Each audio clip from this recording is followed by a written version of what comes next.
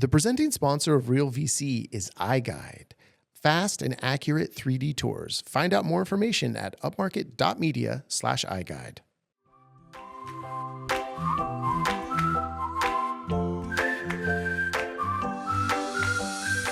Coming to you from the Upmarket studio in beautiful San Buenaventura, California. This is Real VC, a podcast all about Ventura County real estate. My name is Reed Fish. I'm the CEO and a co-founder of Upmarket Media.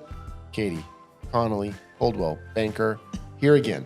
Back at it again. Are you ready? I'm ready. Are you happy? Yes, I'm very ready happy. and happy? Yep. Oh, that makes me happy. You make me happy. Oh, well, you make me happy. You know who else makes me happy? Molly Peart, who's producing behind the camera. Hi, Reed. On I mic am today. happy. Thanks for asking.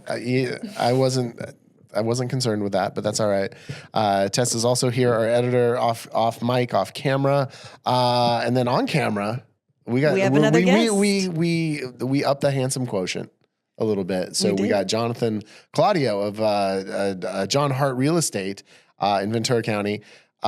Jonathan, we don't need to get into numbers here, but I sensing you're of a different generation than I am, a younger one. And one of the things we've been talking about on this show a lot is affordability in Ventura County. And I've been trying to carry a torch for all my young employees, all my young friends. Like, how are these people ever going to be able to afford a house here? And like, what are you seeing in your peer groups? Are people your age buying? Are people, what's the path? Can you solve this affordability problem for me? Yeah, totally. Well, first off, thank you for the amazing introduction and whatnot. But yeah, definitely. I mean, over here at John Hart, one of the things that we really, specifically try to target is getting the home ownership back to the age of 28 or younger. So for example, my team is a lot younger. We are, I would say, 24 to 23 to 25. So majority of the people that we're talking to are 25, 24, 23. It's your social groups, yeah. Because we're very much on social media. So one of the things that we really push for a lot of people is talking and getting educated now. I think a lot of people think that they can't purchase, but it's very much possible. Myself, I just closed on one of my friends and he's 25. I have another client that's looking actively right now and he's 24. And one of the first steps that they took that I think really helped push them to being able to see that it's possible is starting sooner rather than later. And what I mean by that is just having a conversation. It's not a scary thing. There's no obligation. It's purely, no pressure, but just getting educated is the most important thing that I would recommend to anybody who's looking at purchasing, whether it's now, 2 years, 3 years, 4 or 5. It's phenomenal to have a conversation now so you can set yourself up on a game plan. That's great. I think all of us, when we talk about looking into buying a home and we see these amazing houses that are $900,000, $2 million, whatever, in Ventura County. We see some crappy houses at $800,000. We also see that too. Yeah.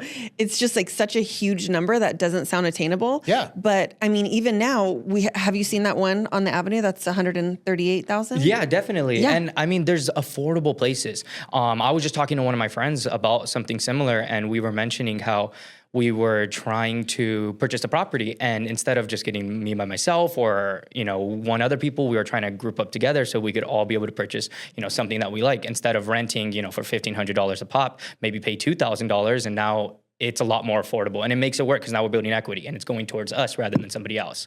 Shared equity too. That's a good solution.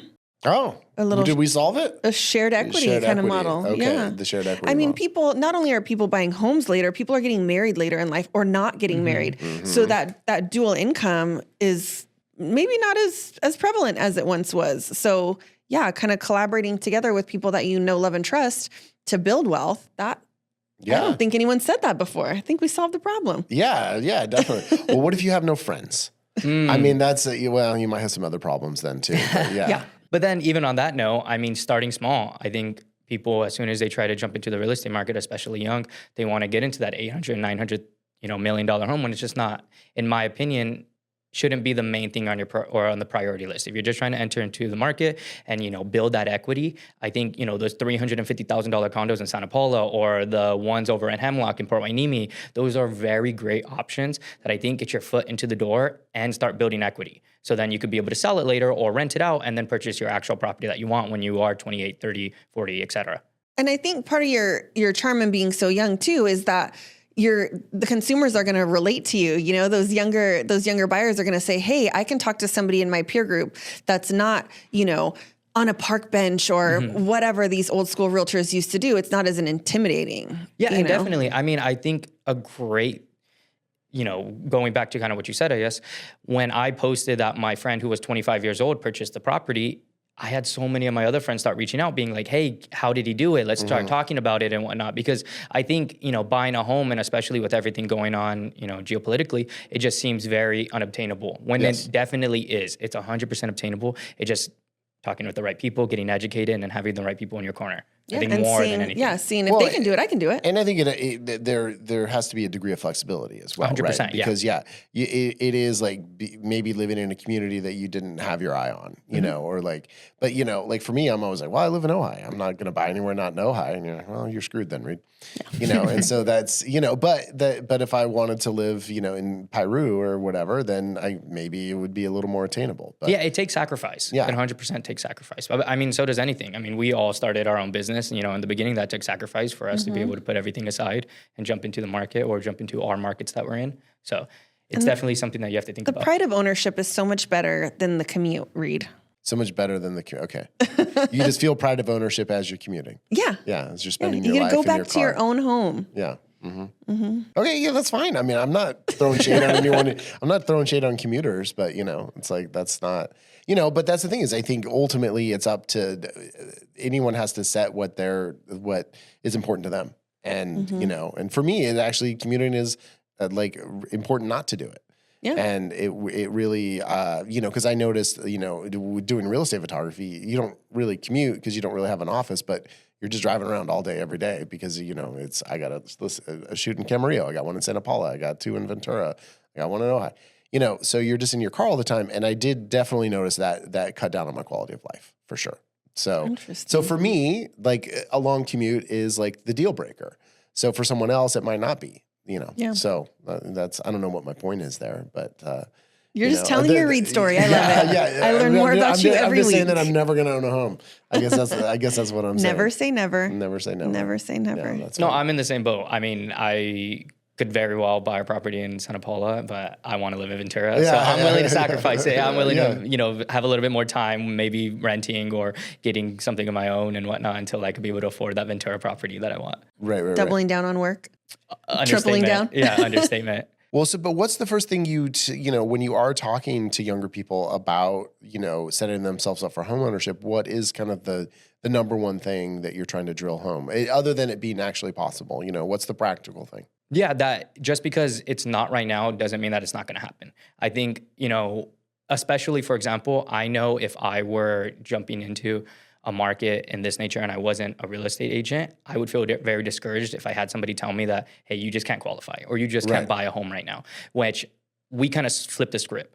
We say, let's get you on a plan. If you can't even purchase right now, maybe it's 3 months, 6 months. We're a very long haul brokerage. What I told one of my clients recently when we closed is that, you know, the only time you're going to stop hearing from me is either when I retire or you block me. I was like, no matter what. So that's pretty much goes the same with any buyers that we're working with that potentially aren't ready just right now. That doesn't mean we stop talking to you or we drop you off. You're still getting updates when, you know, interest rates get dropped or if there's new loan programs, you know, CalHAFA. One of the things that I really pushed on my team, and so did our brokerage, was that none of our buyers will miss out on the opportunity just because they weren't educated in that sense. So I think that's very much in the same nature when it comes to what you asked. We really just want to make sure that they understand that even if it's not right now, it could still happen. And we're here to hold your hand to get you to that happen. And time goes by fast. I mean, we're so in this age of instant gratification. I want this now. We can buy things on Amazon instantly, and 3 months sounds like such a long time. But 3 years ago, like, just kind of flew by. Oh, the older you get, man, you know, time just goes by so quick. And being in real estate, you know, it flies by. I've never noticed until I was 21 3 years ago at Dora. Yeah, and then now it's gone.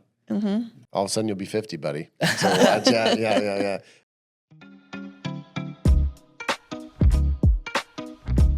We are so grateful to iGUIDE for sponsoring this show. iGUIDE is a 3D tour platform that we've been using and we've been loving here at Upmarket Media. So iGUIDE 3D tours are comprehensive, they're accurate, there's a great user experience. So for you or your clients, everyone loves an iGUIDE. And then more importantly, recently we've been able to launch site plans through iGUIDE. So just a little bit of extra scanning we do on site, and then we can output a site plan for you along with the floor plan for the property. It lives right there in that iGUIDE tour. iGUIDE is fantastic. So please check it out. You can go to upmarket.media/iGUIDE to learn all about how iGUIDE can help your next listing shine.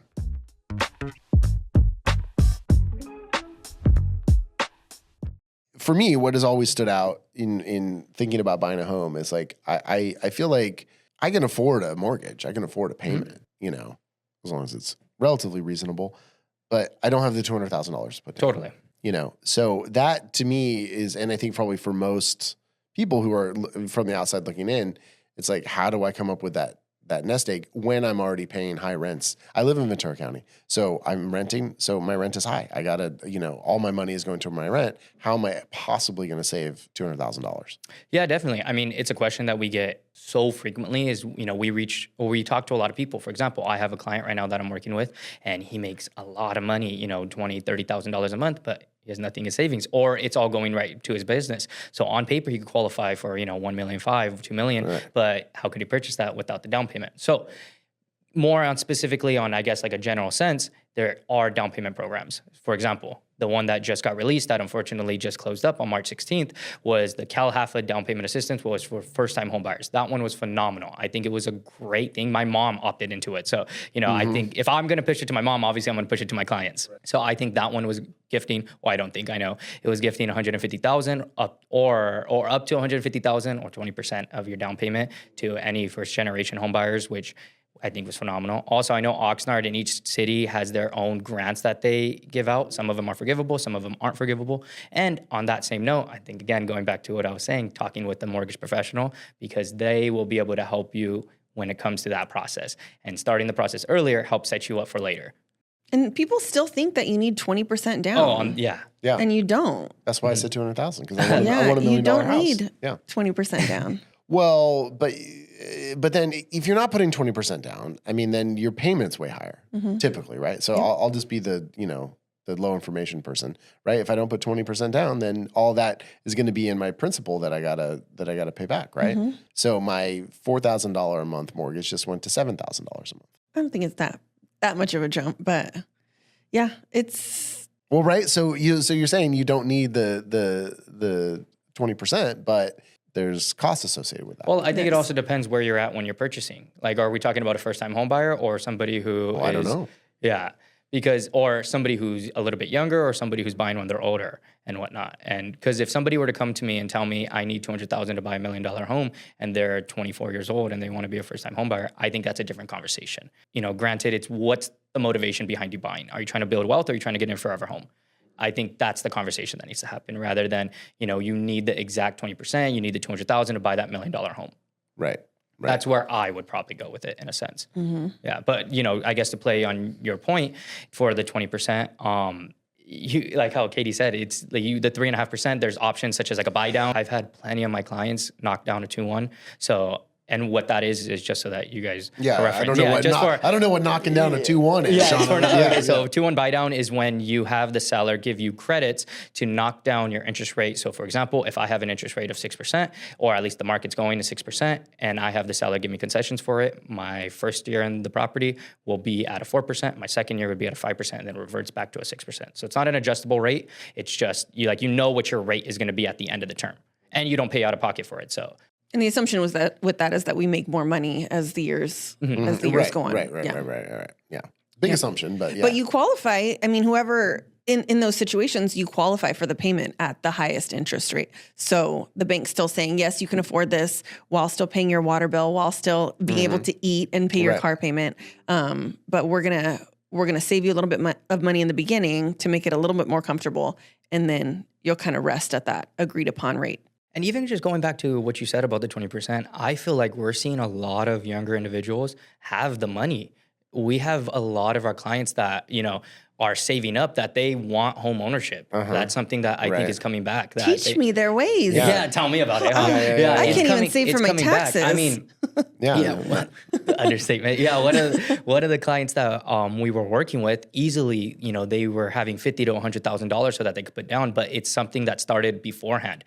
Granted, their parents were homeowners, so they installed that into them. But again, it's just being proactive in the market. And again, that's something that we really push, is outreaching to our buyers via social media, whether it's door knocking, whether it's at open houses, et cetera, just so that they can get understanding that it is possible.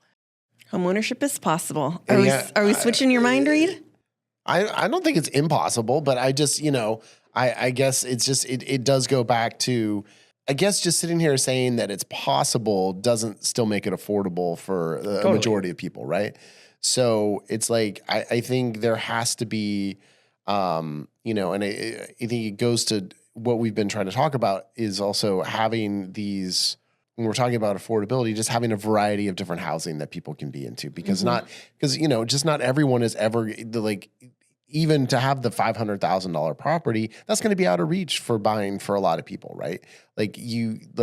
Just because it's possible for this person doesn't mean it's possible for that person. Yeah, that is true. Yeah, I mean, even on that same note, home ownership isn't for everybody on that exactly. end as well. Yes. Yeah. Well, and I think, you have to, a lot of the things you're talking about, it's a lot of sacrifice, right? And I think and for me, home ownership is not the end all be all for me, I think personally, right?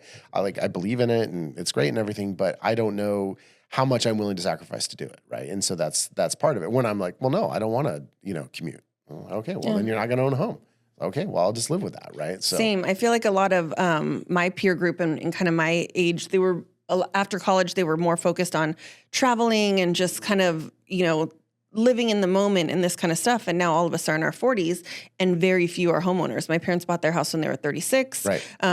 They were both about the same age. And my peer group just could care less. So I like that you kind of have this peer group that has a different mindset and it's shifting back. I think that's important. Well, when you're getting the word out there about this and like you're saying, your team is young on its face for real estate professionals, what do you think your generation is going to do differently when it comes to, existing in the real estate world? How are you, part of it I'm sure is marketing. I'm going to guess you're going to say, we're really active on social media in this way and that way. Right. But I mean, is there also, what else are you guys bringing to it? As much as I think it's cliche and everybody's going to say it, I really think that we focus on educating. That's something that we really dial in on, and we double down in making sure that everybody who comes into our appointment and whatnot understands that what they're getting themselves into. I have worked with countless people who have, they've bought a house and didn't know anything about the process still. And I was like, that's not how I would want my clients to feel when the transaction's going through. I want them to, understand exactly which part of the process they're at. And I think that's where really my team, being a lot younger, we're a lot more aggressive in that sense, where you make sure that we sit down with our clients. And, granted, the majority of us are full-time, so we manage, or we could work on any times that they need. So I would say, it would be educating and aggressiveness, the two things that I think we really push for. I mean, of course, we market on social media and doing all of the other things that every other agent does, but I think we really excel at those two things, just how much we are involved in our clients' lives and how much we're involved in making sure that they get what they want and when they want it. And that belly-to-belly conversation just can't be replaced. I mean, it's so easy. We get so busy. It's so quick to just hit yes, DocuSign, sign. Yeah. And then people say, hey, I don't even know what I signed. We've had so many clients that have told us the last time that they bought a property, they just got it all through DocuSign and they were just signing, but they didn't know anything that they were signing. And I was like, that's the wrong way of going about it. You're signing one of the, if not the biggest purchase of your lifetime. You should know exactly what you're getting yourself into, exactly what the offer entails, exactly who's, participating in it. And I think that's a communication problem that our industry needs to fix in a sense. And that's why with my team specifically, I really push the gas on that no matter who it is, no matter what it is, we're meeting with them so that we can have an idea of what their situation is, as well as get them informed of what it looks like, not just to purchase, but to sell. Because as a first-time home buyer, it is daunting. Sure. Yeah. I can only imagine. But but you say you are doing the same stuff that every other realtor is doing. But when you are marketing, are you really actually just marketing on social media, or like are you can I see your picture on the grocery cart at the grocery store? No, so we're not like, when you're pulling in the groceries in, you're not going to see my face or the team and our handsome smiles and whatnot. You're not going to see all that. But on social media, I would say we're extremely strong when it comes to it. Something that our team really focuses on is throwing events. So this coming up quarter, every single one of my members has to throw an event. What that is up to them, and they have to be able to get the vendors, get everything. But what we're really trying to do is support local businesses. We want to support local businesses because right now, we see a lot of people who, or especially a lot of local businesses, they have, all of the money. They don't know what to do with it, nor do they have a right CPA. They don't know what a lender to talk to and whatnot. So we want to kind of be like that one-stop shop, not to do their taxes, but to refer them to somebody who could do their taxes or to set them up on a plan to be able to purchase and whatnot. So community-wise, that is something that we really do. And then, of course, social media. Our team posts as frequent as we possibly could so that we can be in our client's face, because as soon as they see us, they can reach out. Right. So on a normal Friday night in your 20s, if you're going out on the town, do the conversations just naturally kind of turn to real estate, or do you flip that off in your brain when you're out having fun? I wish I could flip it off. No, I wish I could flip it off. I feel like if I'm out on town, I want it to happen organic. I don't want somebody to instantly think of me as, every time they talk to me, I want to talk about real estate in a sense. But I feel like people want to talk to me about real estate. Yeah. I don't even bring it up. And they're like, oh yeah, well, what are rates looking like? And I'm like, well, read the newspaper. I don't know. What's your credit score look? Are we doing this over wine right now? Like, I'm not sure. Yeah, definitely. I mean, it's more, I would say the conversations that we have is more like, how do they do it? Yeah. Like in a sense. So for example, again, I always go back to one of my friends who just purchased, a couple months back because it was amazing. He was 25 years old and he purchased the property. So I think that's a great feat. And that next weekend when I hung out with some of my friends and some of my peers, they were asking me similar questions like, how was he able to do it? Who did he talk to, et cetera? And I think that's kind of where social media prompted conversations like that, which if I would have never posted or if I never would have marketed that he bought a property or that he was so young and bought a property, these conversations would have never transpired. What I love, I feel like we kind of have a common theme here about supporting local business. I feel like a lot of the people that we've talked to have been involved in the community or have charities, local charities in the community or support local business. So I love that for realtors that they get involved and love their communities. Because like you mentioned before, sometimes realtors get a bad rap. And I've mentioned that in the past. Yeah. And I think some of it well deserved, and some I think of them are well deserved, of it not well deserved. But there's a lot of great eggs out there. There's a lot of variety. There's a lot of variety. But like any industry. Yeah, exactly. And I think and that's when you are looking for a realtor, aligning yourself with someone who shares your values is I think really important. Because you spend a lot of time with your clients, right? Yeah. Like both buyers and sellers. We spend 100%. A lot of time with them. Yeah. I mean, every single day sometimes, looking at homes, depending on what we need to do. Yeah. I swear my buyer that I have right now just calls me to chat. Literally, on his drive home. Yeah, I closed on a client, and a month later, she just showed up at my office with some cookies, and I was like, "What are you doing here?" She's like, "I miss you." Yeah, I was like, "I was around the corner. Like, you got to come over." And I was like, "Oh, I didn't know that you wanted me to stay this much in your life still." It's funny because we do that. It's like every day, every weekend, emails, phone calls, meeting, and then you give them the keys, and then it's like, "See you later." No, that's also, I guess, more on supporting community. We create a vendor list of people who we vetted and we trust. Sure. So when our clients come to us, I want them to be the one-stop shop. Like, I want to be the one-stop shop when they need an attorney, whether they need a CPA, whether they need, a pool cleaner, a photographer, whether they need anything. I want them to come to us so that we can be able to help them. That's good. Realtors are good neighbors. Yeah, well, I think so. I mean, it's smart business. I mean, let's be honest, right? And it's like, and the thing is, it's like, the more you make the community, the stronger you make the community, the more people are going to want to live there. I mean, it's just, and the more people are going to want to buy. I mean, it all feeds in and of itself, right? And people are attracted to fun, energetic personalities. They just want to be around them. And I see that in you. Oh, thank you. Oh, wow. And you too, Reed. Out the comments. Yeah.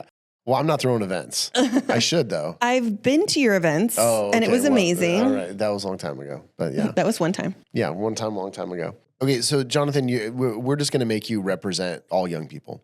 And Please, all at once. send them all to me. Send them all to not me. represent. I just mean right on the show, you're representing them. I know you want to represent them in real estate transactions, but when, like your generation, when you are kind of looking at people who are interested in home ownership, what exactly are they looking for? And is it different than, say, boomers or Gen X or whatever? And I mean that in terms of what type of communities are they wanting to live in?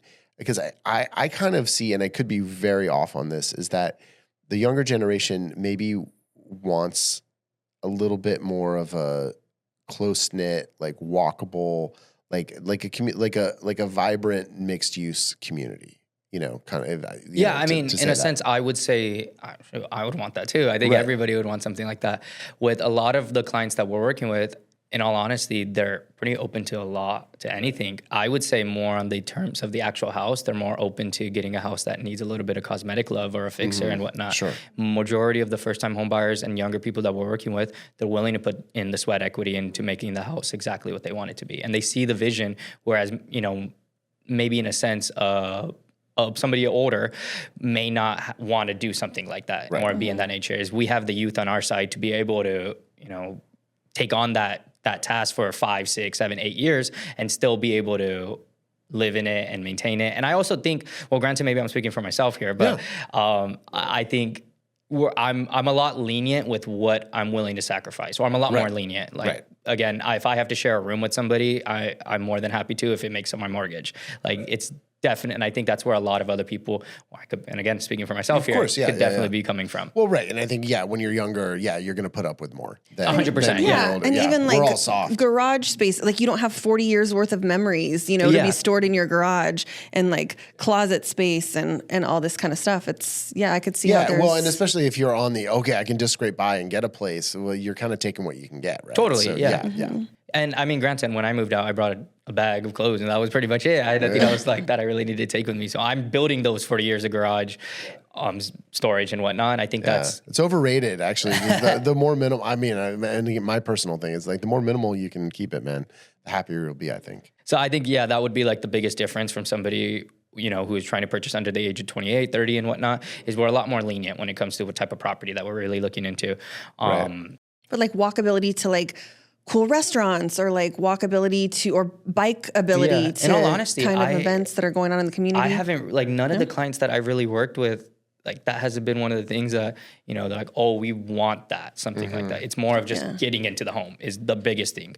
Whether, like I mentioned, the property is a fixer, or, it could be in the outskirts, it could be a condo. As long as they're in the property, I think that's what matters the most to them, rather than like lifestyle. Lifestyle in a sense, because I think we do a really good job at making sure our clients understand that this is temporary. If they it's a first home for you, you can rent it out. We understand that, you could be able to sell it in the future and be able to get into something else. So we're very vocal when it does come to that, and allowing our clients to also see that vision. So maybe that's why they're a little bit less. Yeah. And like I said about my peer group, I feel like we like the lifestyle. We like the walkability to what's going on in downtown Ventura or the beach in Oxnard and that kind of stuff. And that's why we see those luxury apartments popping up in Ventura. I'll throw back to, my apartment's downtown Ojai, 2 blocks from the center of Ojai. And you walk to the farmer's market. Yeah. No, I feel like, don't get me wrong, I would love to live in Midtown or on Main Street. Well, don't get me wrong. I would love that more than anything, but I think both, I also have to be realistic in a sense. Having